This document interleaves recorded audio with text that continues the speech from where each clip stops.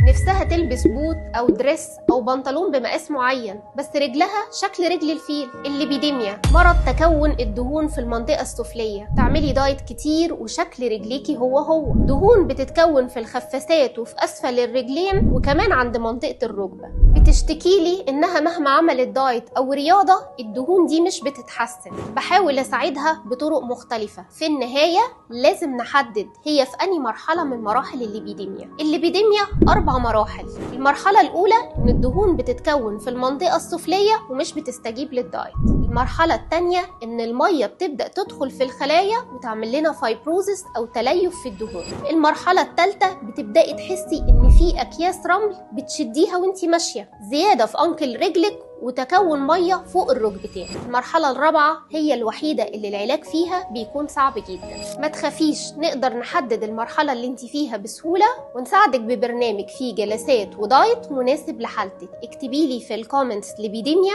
عشان اقدر اساعدك.